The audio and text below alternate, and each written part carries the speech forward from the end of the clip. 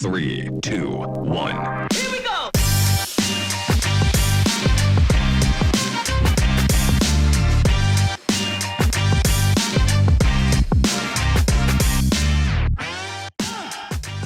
Welcome back, everybody. We've got Steve Lover. I met Steve, I believe, last year, maybe the year before, and was captivated by two things. One, his confidence development model.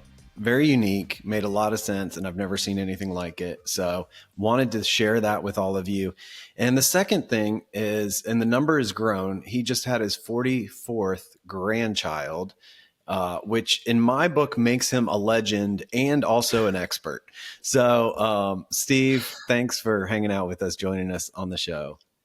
It's so funny you say that, Benj, because first off, thank you very much for having me. We were at one of my daughters just 2.5 weeks ago, had a baby boy, and we went in. And my wife started giving her all kinds of advice with kids. And I looked at my wife and she said, she's got 1.5 times more kids than you have. She's a mother of 9. She doesn't need your advice anymore. She kind of has it. And it was a very funny moment, actually. Stop and think about, oh, yeah, I guess that's true. Yeah, she's got it now. The baton has been passed. Steve also has a book now live. It's called Ignite, Fueling World-Class Performance, even if your employees are not yet world-class. Tell me how this book came to be. So it's really interesting. When I started working with business, I've been working with business owners since 2005, but as of late, the last couple of years, more is going towards leadership. Okay, my business is up, it's running. I know how to get clients. Money's coming through the system, which is where my business was at first. It's now, okay, but I'm hiring employees now. I have no clue what to do with them. And all the systems of creating accountability, creating relationships is a brand new business for most business owners. They might know how to create widgets. They might know how to sell widgets, but they don't know how to lead people. And I use the word lead on purpose because it's not manage people. Manage is the wrong feel. You manage things, you lead people. And it's a difficulty for most of them. And when you can start to dig down and, okay, how do we help develop our people as people in a way that they become better employees? It's actually really funny. The original title of my book was A Confidence Creator. And I changed it because I realized there is no business owner anywhere in the world that goes to sleep at night saying, how do I get my employees to have more confidence? Yeah. But they all think about, how do I get better performance? And the answer is, I came to the conclusion that the number one thing that helps people get anywhere is their confidence. And confident employees do really cool stuff, but it's because they're confident and they have a model, they understand how to become more confident. Yeah. And the leader that can help that employee do that is a different kind of leader and is creating a different culture and a different company. Yeah. So let's dive into it. This is the confidence development model that how long has this existed in your world? The initial start of the model was back in 2008. Okay. When I first came up with it. It's grown and developed. It's gone through some iterations and involvement, but the basic model is almost the same as the year I found it. Actually, what the backstory behind it, Benj, is it was the self-esteem movement was high and flying very high, and there was something that was hitting me very wrong about that movement. Self-esteem, self-esteem, self-esteem. And I started digging into it, and I found, no, it's not true. All the things they promise. Actually, there's a quote in my book. This quote I saw from a guy named Roy Baumeister, who's a professor in Florida, who was very big in the self-esteem movement for over 20 years. And the American Association of Psychology asked him to do a study on all the papers written on how important self-esteem was. There was 15,000 papers. And he got a group together and they went through all 15,000. And in the end, he said there was about 200 of them that had any scientific basis. And the rest were garbage. And what my thought was, they got it backwards. They think if you give a kid self-esteem, he will go on and do great things. And the truth is just the opposite. Get them to do great things and they'll have self-esteem. And that's actually what most people are looking for when they speak about self-esteem is not really self-esteem, it's confidence. Yeah. And that's Is there a difference between the two? There is a difference. What's the difference? The difference is confidence is you can go and do something, and you can go learn something, and you can go learn something else. Self-esteem is how do I feel about myself. Okay. Okay. So one's more internal and one's more external. Yeah, and the problem is the self-esteem. There are a lot of people that have tons of self-esteem that have no reason to have it. And there's a lot of people that have zero self-esteem and should have mounds of it. But self-esteem is not the thing that decides who goes out and does things that are great. What does is confidence. People know that they can go do it. Yeah. And I think one of the big ahas of the whole thing with special confidence is people think confidence comes before success. And it's actually just the opposite. Confidence comes from success. So you have a success, you become more confident. You get better at it, you become more confident. And as you become more confident, you become more confident at being able to learn the new skills and do the things you have to do. And so success precedes confidence, not the other way around. I can sit and do kumbaya all whole day long if I want, but I'm not going to get better at what I do. Yeah. Yeah. It's almost like if you manufacture confidence, it has no basis for reality. But if you build it on a sequence of bigger and bigger successes, even if they're small, right, it starts to fuel that machine. It's actually, you can't even, there is no way to manufacture it. It's false. It's a house of cards, correct. right? It has no teeth to it. And the truth is we're all born confident. You ever saw an unconfident baby? Mm-hmm. Watch a kid learn to walk. He'll fall 1,000 times. He doesn't care. He's going to learn to walk. If we had to start learning to walk at age 20, majority of the world would be crawling into meetings. Wow. Yeah. There'd be one guy who pushed himself and he got there, and he would be the guy running the meeting. But the rest of us would be coming probably with some type of apparatus on our knees to keep them a little bit. But we'd be crawling in, and no doubt about it. So one of the challenge, I'm curious how you're going to do this, because the thing that made your model click with me was your visual. And so we can put that image in the show notes. People can go look at it, but are you able to describe it without that visual? Absolutely. All right. Absolutely. There are three things that come together to create confidence. So if you take for a minute, imagine a Venn diagram, three circles interact. And if you're listening to this or watching this and you're somewhere you can write it down, try it, because it's really quite elegant. In the top circle is the word challenge. Accepting upon yourself a challenge. There's something I am not good at and I'm going to get good at. That's the top circle of the three.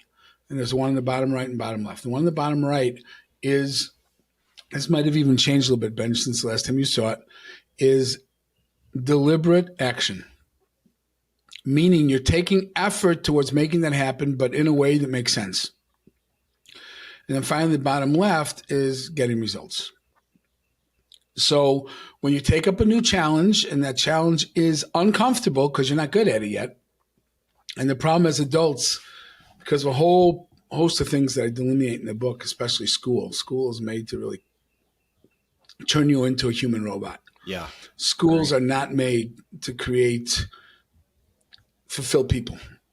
And there's a whole history on it. There's a great book from Seth Godin called Stop Stealing Dreams that you can get online that delineates schools and what they're really all about. And it's crazy when you see that.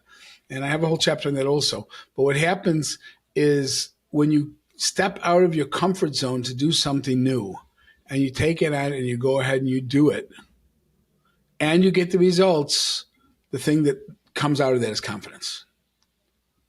And it gets very, very exciting because here, just watch. Sports is a great place to watch this. Yeah. Somebody who's not, it's just such a great analogy to the real world. But that's what happens. They go and they take on something that's ridiculous, right? Roger Bannister, the 4-minute mile, and he does it. And he takes the challenge. He puts forth the deliberate action and the practice and the effort. And the other end, he gets the results. And all of a sudden, you become a very confident person. And this happens. Find this by salespeople. That's the easy one for me to speak about, having spent a lot of time in sales and sales management, is when a guy takes on, okay, I'm going to call X number of people a week, or I'm going to interact or have X number of presentations. And he goes and he actually does it. And he gets the results and he's making money. His ability to step forward and do the next thing gets so much more because confidence comes from success. Yeah. Yeah. You remind me of just anybody who ever talks about Kobe Bryant playing basketball, it was not that he was the tallest. He actually had smaller hands than most, and he just would outwork everybody. And it's the deliberate action, and that continued to yield bigger and bigger results and bigger challenges. And I think Michael Jordan's got that failure quote that everybody likes to put up. Yeah, I missed 98,000 shots or something like that. Yeah, right. Absolutely. But it didn't stop him from shooting, and that's the main thing. And that's the kid walking. Never stopped him. It never stopped him till he got there. And the big difference between that kid is when he was trying to do what he was doing, he had a parent on the other side of the room clapping for him to make it. And every time he took 2 more steps, he had an environment that had encouragement to it. Yeah. Yeah. And I think about when you said the 4-minute mile, like he also opened up a whole, I don't know if this is confidence, but a whole world of like other people go, oh, it's possible. And with that little child walking, he knows it's possible because everybody else is around him. So there's something about the environment of possibility that creates confidence that I know I should be able to, or I can. If I put in the effort, it is possible.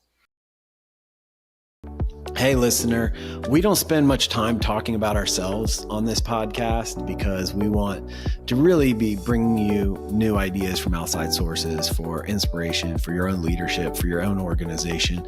And we don't like talking about ourselves, but we're going to let somebody else talk about us for a second and brag on us. And I hope this gives you a little insight into what System and Soul is doing in the businesses that we're getting to work with. I'm in love with this whole new framework because anything that I do is always about soul. And I've never been able to marry process and the soul of an organization together. And this is the first time that I feel like I have the ability to do that. I've been a part of the EOS journey for many, many years. I've worked in nonprofit. Of course, when I joined Orbis, I've been through several different implementers. And the evolution of the System and Soul framework is just brilliant for me. Because it's just, we have to care about culture. We have to care about these things called values. It's more than just some plaque on a wall. It's just not some talking point that we say to employees when they first start applying. Like it has to be, we have to live, we have to breathe, we have to show by example. And this is the first time that I've ever been able to really embrace that and then have a ground to stand on when I'm having really difficult conversations about the direction of our business. And it's been really exciting. If you want to discover breakthrough in your business by becoming a System and Soul coach or finding one of our coaches to help your business, you can always learn more at systemandsoul.com.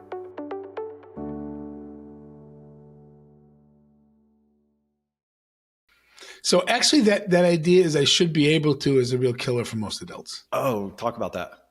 Yeah, sure. Because I have something, I got a chapter called the Adult Learning Method. And basically with the Adult Learning Method is you try something 2, 3, 4, 5 times, say, okay, I'm not good at this.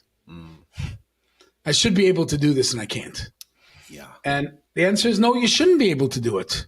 You've never done it before. Why should you be able to do it? It takes many iterations. You have to be lousy before you can be good. You have to be good before you can be great. Yes. And so what happens, like I should be able to, is something that is a killer for people. Yeah. Instead, I'm going to go out and do it until I get it. And I will get it. There's a golf swing. There's everything you do. There's practices that you have to keep doing. And yes, if everyone else around can do it, then I can do it also. Let me do what I have to do to get there. Yeah. But kind of that little voice in the back of your mind that's shooting you all the time is a really big problem. Yeah, I can see that. So this Venn diagram, you could have drawn it almost like a cycle, challenge, action, result, but you didn't. You chose a Venn diagram. And I know that was purposeful. So what's in the intersection of those circles? The intersections increase confidence. That is where confidence comes from. Now, what ends up happening is especially this is especially important in the workplace, when you understand how this works and you help your employees, everybody take a quarterly challenge that's outside their comfort zone. This becomes a cycle. And every time there's a win in the cycle, let's go get another one. Let's go get another one. Because Yeah. it's exciting. It's really exciting to accomplish. And unfortunately, most people don't understand this. They don't have it with them. They get frustrated. They have a goal and they don't reach it. And they're not quite sure how to go there. And there's nobody there for them. So when you set that up, are you setting up the challenge or the desired result? Or is that one and the same? So yes, they're one and the same. One's before, one's after. Okay. Right? On a certain level. But so the real power of the diagram comes with the next layer that we put on top of it. Because this part of the diagram that we just said, that's about how you create your own confidence. What do you have to do to help your employees, your children, anybody you're dealing with that you have influence on? How do you help them grow their confidence? And the answer to that question is, just like there's 3 circles, there's a word on the outside of each of the circle for the business owner, the manager, the leader, the parent, the teacher. And so first off, we inspire the challenge. And that's a very important word again. We speak a lot in business about motivation. And to me, motivation is completely the wrong place in business. And I'll give you a distinction in a second. Instead, I think we need to speak about inspiration. And here's my distinction. When I motivate you, I get you to do things that I want you to do for my reasons. When I inspire you, I get you to do things that you want to do for your reasons. And the difference behind that is huge. So the sales manager comes in, starts picking on the salesman, beating up, we need more, we need more, we need more. Yeah. I literally, as an insurance salesman, once had a field manager come in. He wrote a bunch of numbers on the board. He said, guys, this is your commissions last week. I can't live on my override on that. Meeting over. It's like, wow, that guy should become a motivational speaker someday, you know? Like, you're missing the boat. No, yeah, now I want to go out and work for you, right? Yeah. And so it's how do we inspire them? Listen, you sit and talk to the guy and you say, guys, you can't be happy living in this. Yeah. You need more. What do you want? Well, tell me what you want. What's your vision? What's your vision? What's vision? Okay, how can I help you get to that vision? Because that vision will always be where you want it to. And now the employee wins and the manager wins and the company wins. But the motivation style, beatings will continue till morale gets better, right? That's the motivation world. And that's a big mistake. So inspiration is the first thing that the manager, leader, parent, teacher does. The second thing in the bottom right, where we had deliberate action, you'd write the word encourage. And this is also a very big concept. And the concept is, when you're doing something outside of your comfort zone, you need courage because it's fearful. One huge mistake people make is they think that fear and courage are opposites. Either you're fearful or you're courageous. And it's not true. You only need courage when you're fearful. If you're not fearful, there's no reason to have courage. Best definition I ever heard, Dan Sullivan I've heard it from him on podcast. I saw it on a LinkedIn post. He was in the Army and they were throwing grenades for the first time. And the sergeant asked, which one of you guys are frightened? And the only guy who raised his hand was Dan Sullivan. So he said, he's the only guy I trust because the rest of you are liars. And he said, guys, I want you to understand something. There's nothing wrong with being fearful. But to acquire courage when you're fearful is important. And the definition is like this. When you're fearful, you wet your pants. And when you're courageous, you do what you have to do with wet pants on. Very powerful. Very powerful. So courageous people, it's not that they don't feel fear. They feel fear like everybody else, but they say, okay, I got to push through it and do what I got to do. And it's like when bankruptcy attorney once told me, he said, people think when they commit bankruptcy, they're jumping out of the window and they find out afterwards it's a basement window. So it's not pushing through that. I'm not trying to say, go ahead and do bankruptcy. That was his pitch. But the point is very often those fears we have, we think we're on the 15th floor and about to jump out the window, and we jump and we find out we're coming from the basement. So courage and fear are not opposites. They're on the same side of the table. And if you do not fear anything, there's no reason to be courageous. You don't have to be courageous to do things you know you're comfortable doing. So what does a person do when he's taking that deliberate action and it's difficult? He needs somebody to encourage him. And interestingly, if you look up the word encourage in the dictionary, encourage means to give somebody else courage. Now, what the interesting thing is, if I'm not going through the middle of the difficulty of getting it done, it's kind of very easy for me to encourage you. Yeah. Right? And Benj, do you ever lift weights at all? Yeah. All right. So when you're bench pressing, you went to a new number and you're getting there and you gotta want to do 10 and you get to 8 and it's going tough. And you're pushing. You got somebody spotting you. What does he do? He pushes you. Come on, you got He this. says, you got it. It's you. It's all you. It's all you. He's got his hands on the bar to catch it. It's all you. Come on, come on, come on. And you're able to push through and get all 10, which you would have not have done without that person there. Or in fact, bungee jumping. If you ever look at a video of bungee jumping, something I would never even consider doing, but you have guys all sitting there and the newbies, everybody counts for them. Or you can count from 10 down and then you're going to jump. 10, 9, 8. As you're watching the video, you see the guys getting tense and what you call it. As he gets down, all of a sudden he just jumps. Well, he jumps because he's got other people encouraging him that he can make that. I believe 50% of the people who bungee jump would have never made the jump if they didn't have those guys around them encouraging them. Yeah. So when you encourage something, and by the way, encouragement is not only encouragement. We always think this positive grandfatherly figure who's saying soft words and what, it's not always that. Lou Holtz was a great encourager. And my guess is if you would go through 34 years of players that played for Coach Holtz and ask him, was he a nice guy? Nobody would say he was a nice guy. But at the same time, if you ask all 34 years of them, hey, can you remember a time when Coach was soft and he really helped you? Oh, yeah, that time this and this happened, Coach was there for me. He had that soft side, he had that ability, but he also had the ability to say, come on, you want this. You have to take the steps, let's go, right? So the sales manager is guys just not picking up the phone because it feels it's like 300 pounds. Look, okay, it's 2:30. Come back 3:30 and tell me you made 15 phone calls. Help them take the steps that they want to. They know they want to take it. They're not taking it right. They're not taking it not because the fear is big, and so they need the courage, and they don't have enough courage. Encourage them. Yeah. What's the word outside the results? Celebrate. Really super important. Super, super important. Probably the most missed opportunity of every leader is to celebrate his people properly. Man. When they do something right, and I'll take an example of a high school kid, for example, in this one, just as off, but it works in business, works everywhere.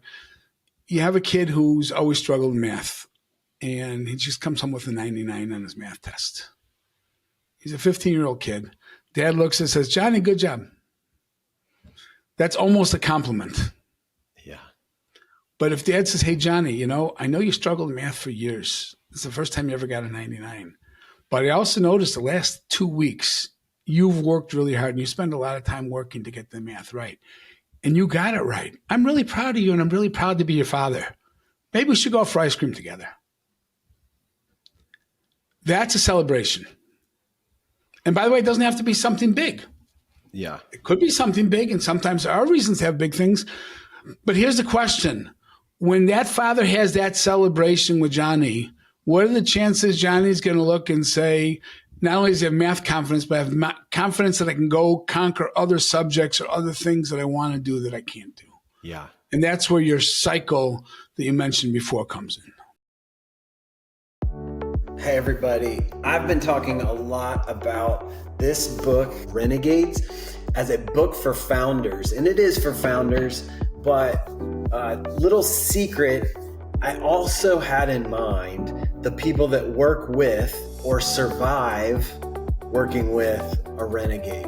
They feel like untamable human beings. My hope for you is twofold. One, that you would actually be able to understand what's happening with that renegade a little more deeply and be able to bring some sympathy, some empathy. But also, number two, I think if you understand it better, you can actually understand why you are massively valuable for the organization to catapult past the capacity of that renegade. I'm not saying that the renegade doesn't matter and needs to get out of the way, but we need their energy to be a renegade. wow, the organizations that we're part of mature into our possibilities. Talking a lot to founders and renegades, but if you're not one, this book may also be for you. If you find yourself surrounded or in a working relationship with somebody that feels like a bit of a renegade, I would love for you to join us in this journey with this book, and I would love to hear from you how it impacts your life. You can put your email in the link below, and we'll put a free first chapter in your inbox right now. Book drops on October 17th on Amazon. I'm sure you'll see me back in your LinkedIn feed to tell you all about it. See you soon. I'm struck by how personal all three of those actions are.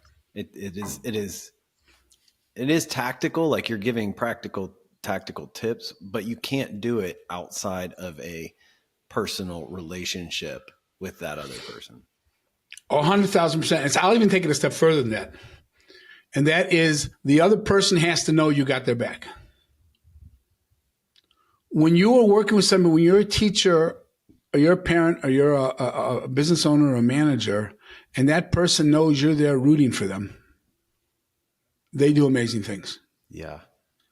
But if they don't know that you really care about them and really care, let's go even to the L word, the love word, right? That you have love for them and it makes a difference to you that they're successful, not just that they do the stuff for the business.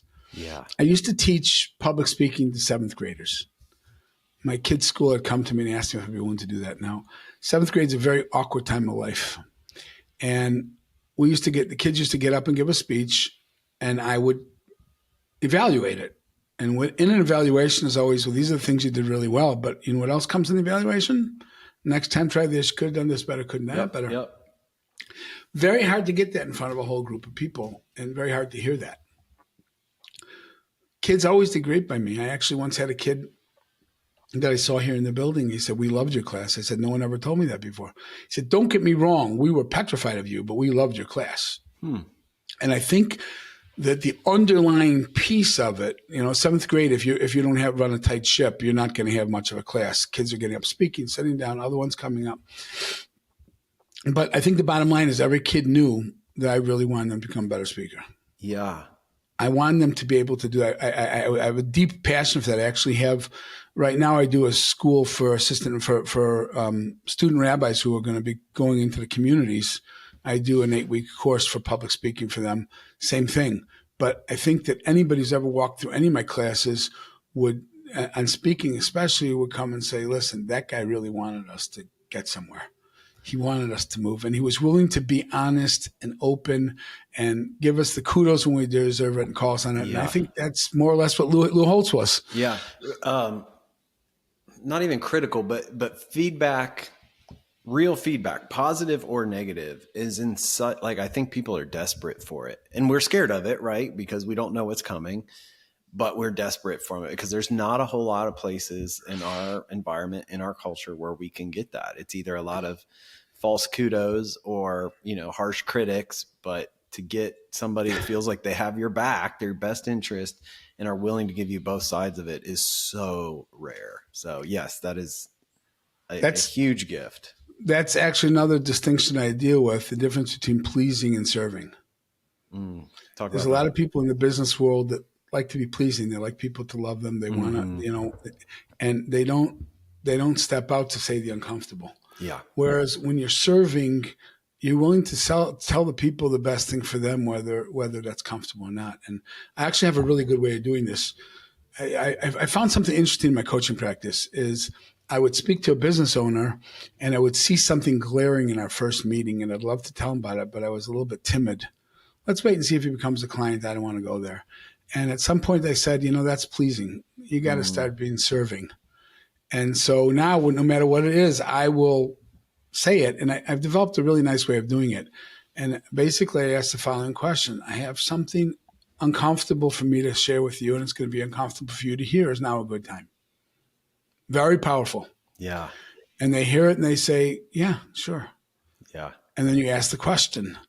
And, I had a couple, the husband-wife team, and they spoke to each other just horribly. And I said, you always talk to each other like this? And she says, wow, I wasn't expecting that question. And we had a discussion about it, but this is there's no question this is impacting their business and their employees. And so I always look for it. What I found is something really interesting. What I used to think would kill opportunities has actually created opportunities. Absolutely, because people are starving for it. Yes, when people see that I care enough that I'm willing to have the opportunity to, I would lose them perhaps, and I'll do it anyways because that's the best thing for their. Okay, that's a guy who's got my back. That's a guy I'd like to work with. Yeah, I'm going to mess this quote up a little bit, but I think it was Colin Powell who said leadership is being willing to be unliked. Yes, absolutely. Absolutely. But there's actually another piece to that. It's being willing to be unliked for doing something good for somebody else. Yeah. Yeah. And you're serving them, you're doing the right thing for them, and they dislike it. That doesn't make a difference. I'm doing what's best for them. Yeah. That's, man, this is, I'm reminded why I loved talking to you the first time we interacted. And so much of this is just maybe not even new, but it's convicting. We all need reminded of this. I think putting it in a model that makes it actionable, tangible, like we can remember, we can even check in with ourselves with specific direct reports and say, all right, where are they in their cycle, in this process of growing in their own courage and confidence. I love this, and I'm appreciative of you. I'm honored to know you. I'm better for understanding this model, and I'm super excited for your new book. So congratulations. Thank you very much. Do you have 45, 46 on the way? Or are we staying at 44 for a while?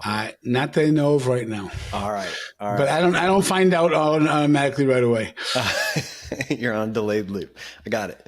All right. Well, everybody jump on Amazon. The book's called Ignite by Steve Lover, fueling world-class performance, even if your employees are not yet world-class. Thank you so much for hanging out with me, Steve. Thanks, Ben. It's been a pleasure, and I look forward to hearing more from you. All right. See you soon.